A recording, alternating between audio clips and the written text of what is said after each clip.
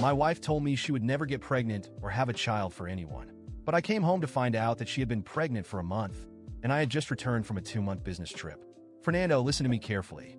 I, Julia, have no intention of ever having children because no man is worth the pain of carrying a child for 10 months. Julia told me this during a company dinner. As I left the gathering amidst the complex gazes of others, I returned home only to find a package waiting for me.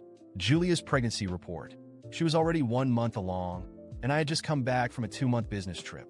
Despite this profound betrayal, I felt an unexpected sense of relief. I calmly called Julia and said, "Let's find a time to get divorced." "Fernando, what are you talking about? Just because I won't have kids for you, you want to divorce me?" Her voice dripped with disdain. "Julia, look at this little sock. Shouldn't we get it for our baby?" A soft male voice chimed in. It was Miguel, her childhood friend. The call ended abruptly. I glanced at the villa I had called home for 7 years and exhaled deeply. This house had been purchased outright before our marriage, but now it felt tainted. I decided to move out and sell it. As I packed my things, the door swung open. Julia entered, her arm entwined with Miguel's. "Fernando, where are the slippers? Miguel is cold. Could you grab a pair for him?" Julia commanded me. As usual, Miguel wore a smug smile, his eyes taunting me as he softly added, "Fernando, could you help us out?" I shoved my design sketches into my suitcase without responding or looking at them. Their presence made me nauseous, like being drunk and then getting into a bumpy car surrounded by a sickly sweet perfume. "Are you deaf?" Julia yelled, throwing one of her high heels at me. I dodged it and shot her a cold glance, but chose silence.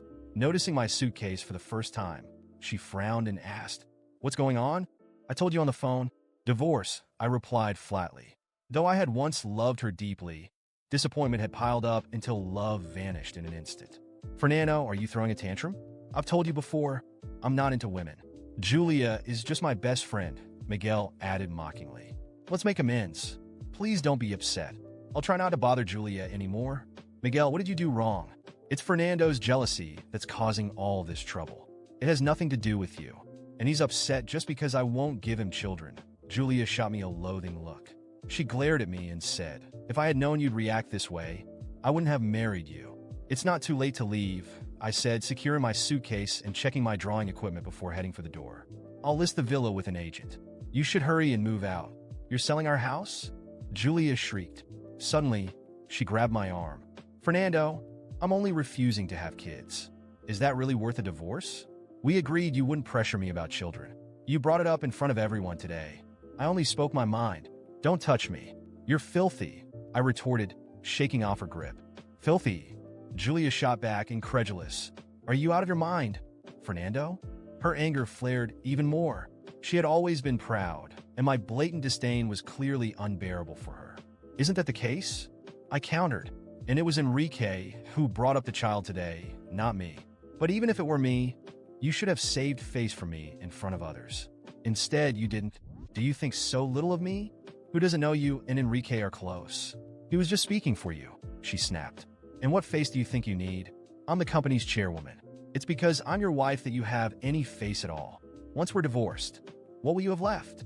Her face was filled with mockery as she looked at me. I fell silent, struggling to comprehend how she could say such things. Seeing my silence, Julia thought she had me cornered. She pointed at me and said, "Now apologize to Miguel immediately, or I won't forgive you. Fernando loves you so much. It's normal for him to be jealous." "He doesn't need to apologize," Miguel chimed in with a tone that seemed understanding, but was filled with provocation and smugness. "Did you hear that, Fernando? Miguel is so kind and generous while you're always petty," Julia scoffed. "If Miguel wasn't into women, I might not have even chosen you, because you've been such a disappointment." When I remained silent, Miguel added in a whiny voice, "All right, Julia, don't be too hard on Fernando. Here's what, I'll apologize to him. If he still isn't satisfied, I'll even kneel down and apologize." To my surprise, he actually knelt before me. "Fernando, it was all my fault," he said through tears. "Although I don't like women, I'm still a man in others' eyes. Being around Julia must make you feel embarrassed. That's my oversight, Fernando. I sincerely apologize to you now and promise to cut ties with Julia." Julia's anger only intensified at this scene. She slapped me across the face without warning. I casually brushed her hand away and looked at them coldly. How could she betray me and still have the audacity to lay a hand on me? How dare you hit me? She exclaimed, disbelief written all over her face. I met her gaze silently and said, Julia, I've been away on business for 2 months while you've been pregnant for 1 month with someone else's child. I really want to know where you get the nerve to bark at me like this. As I spoke, I slapped the pregnancy report against her face. Her complexion drained instantly. Panic filled her eyes, but in a heartbeat, her expression hardened. Fernando, I'm your wife. How dare you investigate me? Don't you trust me at all? She shouted. You're pregnant with someone else's child and can still say that? You really are something. I couldn't help but laugh in disbelief. And just so you know, I never investigated you. This pregnancy report just arrived by courier.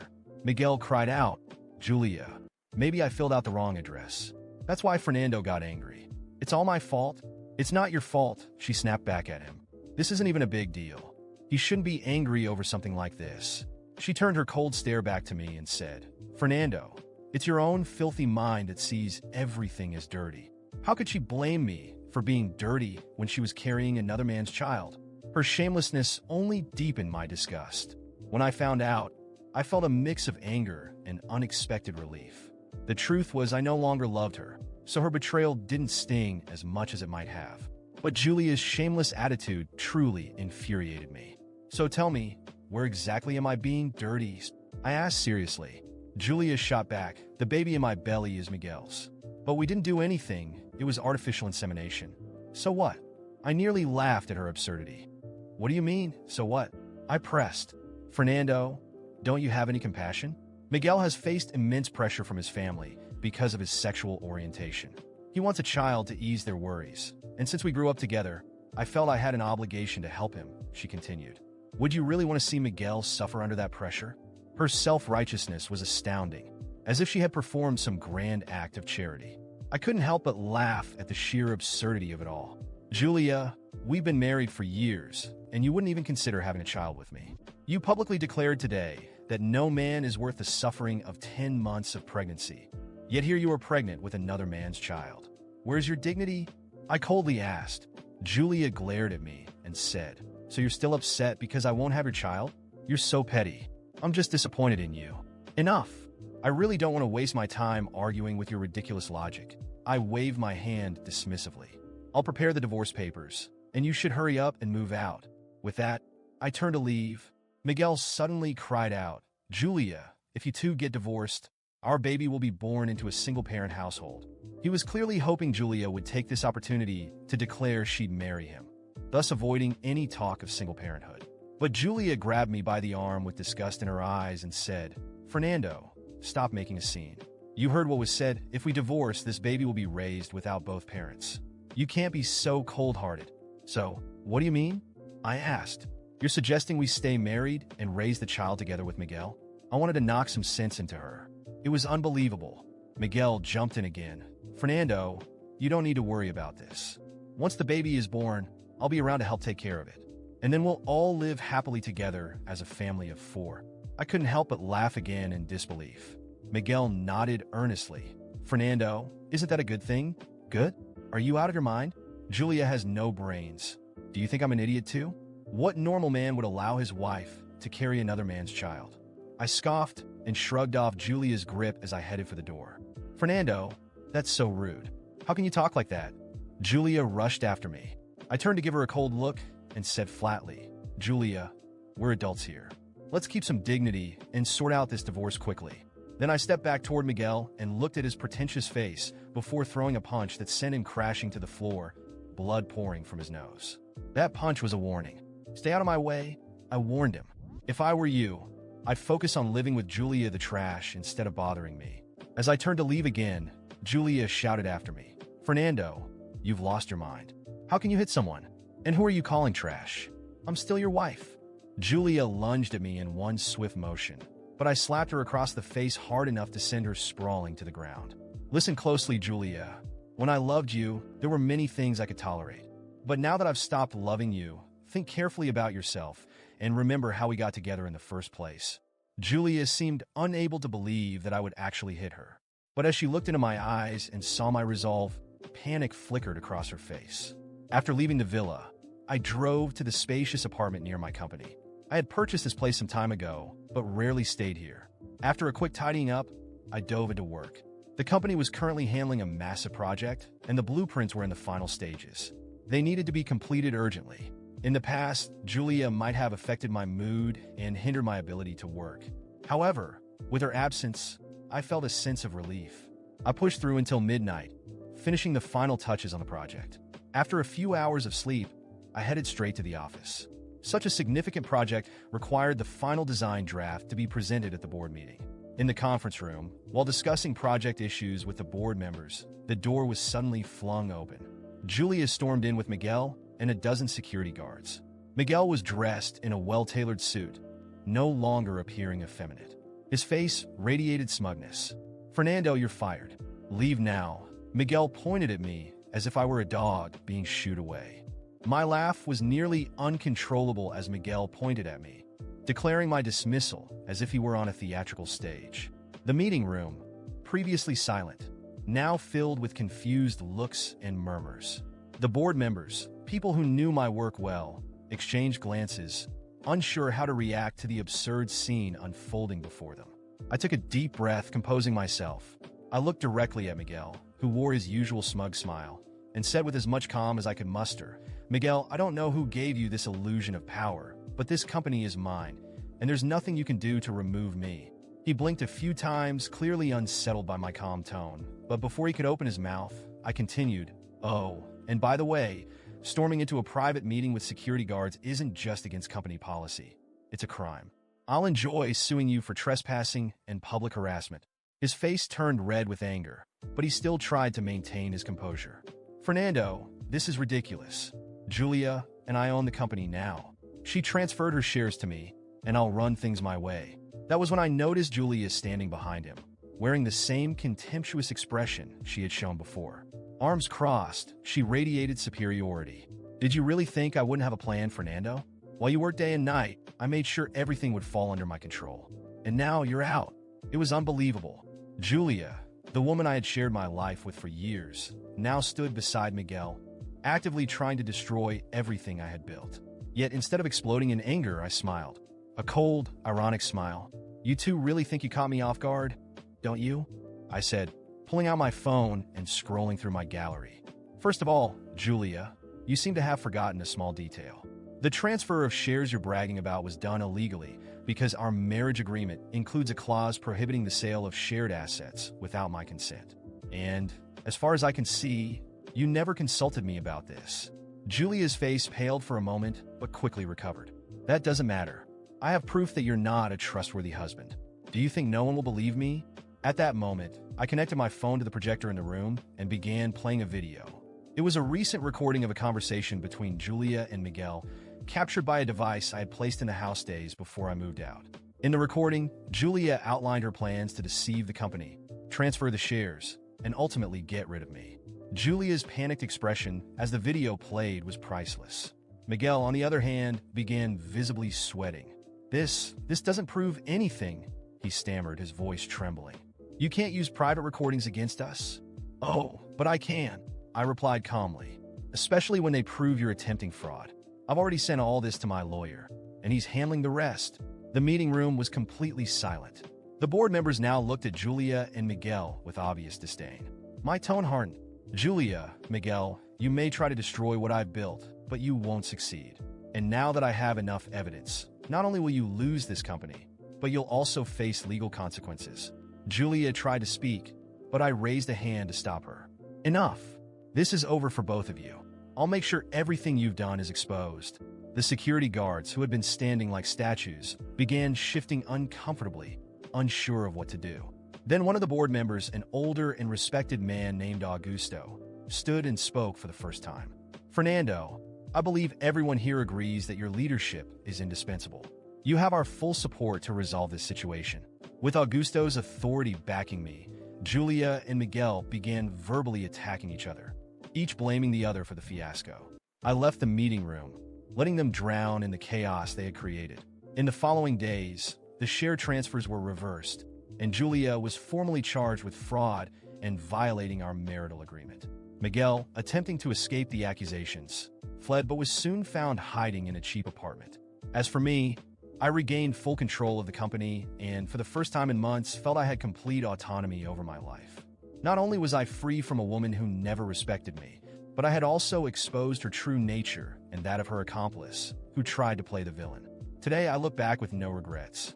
Julia and Miguel destroyed themselves, while I rebuilt my life stronger and more determined than ever. And above all, I proved that no one crosses me without consequences. The silence in the meeting room was almost palpable, broken only by Miguel's authoritative voice. "Fernando, you're fired. Leave now." He pointed at me as if I were a dog being shooed away, and Julia, standing beside him, wore that smug smile only she could manage. The smile of someone who believed they had already won. I took a deep breath. My initial instinct was to explode, but I knew that would only give them the spectacle they were hoping for. Instead, I straightened my posture and looked around. The board members appeared visibly uncomfortable with the way the meeting was unfolding.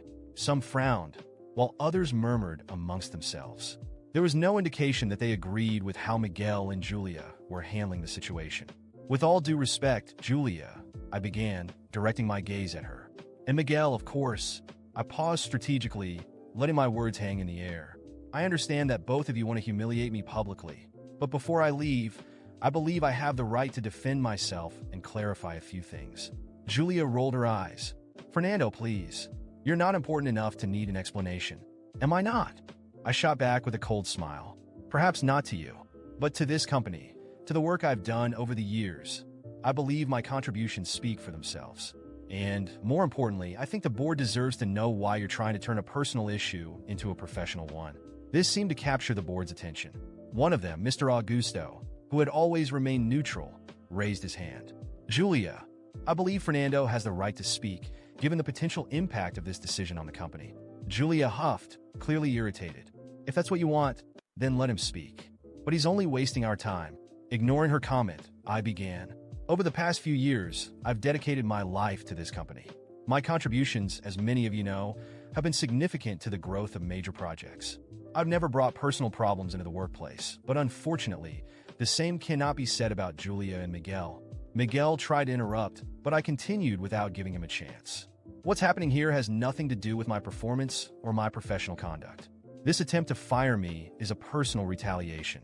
Julia is my wife, or at least she was, until I discovered that she was pregnant by another man while I was away on a business trip. And that man is Miguel." I made sure to look directly at him as I said it. The murmurs in the room grew louder. Some board members looked surprised. Others seemed uncomfortable. "And what does that have to do with your professional conduct?" Julia retorted, trying to regain her composure. "You assaulted Miguel in our home. That's unacceptable, inside or outside of work." "Oh, so that's what this is about?" I asked, feigning surprise. "You're trying to use a personal issue to justify firing me, even though my professional conduct is impeccable? Interesting. Perhaps the board should consider who is truly acting outside professional boundaries here." Mr. Augusto interjected again. "Julia, is it true what Fernando is saying? Is this a personal matter being brought into the corporate sphere?" Julia hesitated. For the first time, her confidence seemed to waver. "That doesn't matter. He's a threat to the integrity of the workplace. Besides, Miguel is already preparing a lawsuit against him for homophobia due to the punch he received." "Homophobia?" I asked, incredulous. "Miguel, if you're going to sue me for something, at least be honest. I punched you because you were disrespecting me and my marriage, not because you're gay. I won't tolerate having the facts twisted." The board began murmuring again. Some members appeared uncomfortable with the mention of a homophobia accusation. "Regardless," I continued, "the focus should be on the leadership of this company. Julia, as president, you're prioritizing your personal problems over the company's interests. That's not just unethical, it's dangerous." Mr. Augusto spoke again. "Julia, I'm hearing very concerning things here. I believe the board needs to seriously discuss your conduct as president." Julia's face turned red. "You can't be serious. I'm the president of this company. Everything I've done has been to protect it. And bringing security guards into a board meeting? Trying to fire a respected employee for personal reasons? Does that seem like protection to you?" Augusto shot back. The vote was swift. The majority of the board decided to remove Julia from her position as president, for the good of the company. She stormed out of the room, furious, dragging Miguel behind her. Miguel, for his part, couldn't stop throwing angry glances my way. In the following days, Miguel's lawsuit for homophobia was officially filed, but with the evidence I had gathered and the witnesses who supported me, the case was quickly dismantled. The court not only dismissed the accusations, but also highlighted that the attempt to use a personal conflict to defame me was, in itself, an abuse of the judicial system. Miguel left the courtroom humiliated, and the impact of his defeat resonated both inside and outside the company. Meanwhile, Julia's departure left the presidency vacant, and the company needed someone capable of restoring stability after weeks of scandals. The board members, aware of my track record of contributions and the professional manner in which I had handled the situation, began discussing a definitive solution. It was during an extraordinary board meeting that my life took an unexpected turn. Mr. Augusto, who had shown himself to be my ally from the beginning, took the floor. Ladies and gentlemen, it is undeniable that Fernando has demonstrated integrity, competence, and commitment to this company, even amidst a storm of personal issues unjustly brought into the workplace. I propose that he be appointed as the next president. The proposal was met with nods of approval and praise. Several board members mentioned specific projects I had led and how my conduct, even in the face of adversity, had been exemplary. The vote was unanimous. When my appointment was announced, I was speechless for a few moments. I deeply appreciate the trust you all have placed in me, I said, trying to hold back my emotions. I promise to repay it with dedication and results. I know the recent events have been difficult for everyone, but I am committed to restoring trust and leading this company to new heights. With my appointment formalized, I immediately began working on initiatives to rebuild the company's reputation and stabilize the workplace environment. I restructured teams, implemented stricter ethics policies, and created a safe channel for employees to report issues without fear of retaliation. Miguel attempted to maintain a presence in the company for a while, but his credibility was shattered, and he eventually resigned a few months later. Julia, on the other hand, disappeared from the corporate scene and never again attempted to interfere in my path. Today, looking back, I feel a mix of gratitude and satisfaction.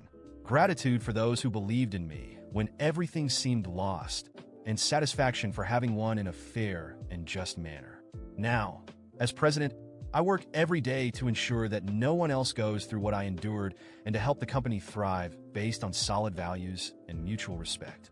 If this experience taught me anything, it is that integrity and truth always find a way to prevail. Months had passed since everything unfolded, and my life had finally found its rhythm. The company was thriving under my leadership, and the peace I had longed for had settled in. Julia and Miguel were nothing more than a closed chapter, or so I thought. I truly believed I would never hear about them again, until one day, I received a message from a former colleague. Fernando, you won't believe what just happened. Julia and Miguel are caught up in an even bigger scandal. Curious, I replied immediately, asking for more details. That's when he told me. Julia's baby had been born, but a few months later, she decided to betray Miguel, and the situation had become very public. The most absurd part? She was now suing Miguel, demanding child support for the baby. When I heard this, I couldn't stop myself from bursting into loud, genuine laughter. It was almost unbelievable that the same woman who had schemed so much to bring me down was now tearing apart her own accomplice. Her move was direct and ruthless. She had used Miguel just like she tried to use me, and in the end, he faced the same fate she had planned for me: total humiliation. It was a strange but deeply satisfying feeling. The revenge I didn't even have to plan turned out to be much sweeter than anything I could have imagined. Watching Julia and Miguel destroy each other was, without a doubt, far more gratifying than the day Julia was removed from the presidency. It was the ultimate proof that the universe has a delightfully ironic way of delivering justice. I laughed a lot that day. Then, I returned to work with a smile that didn't fade for hours. After all, some battles are best won by simply watching from a distance.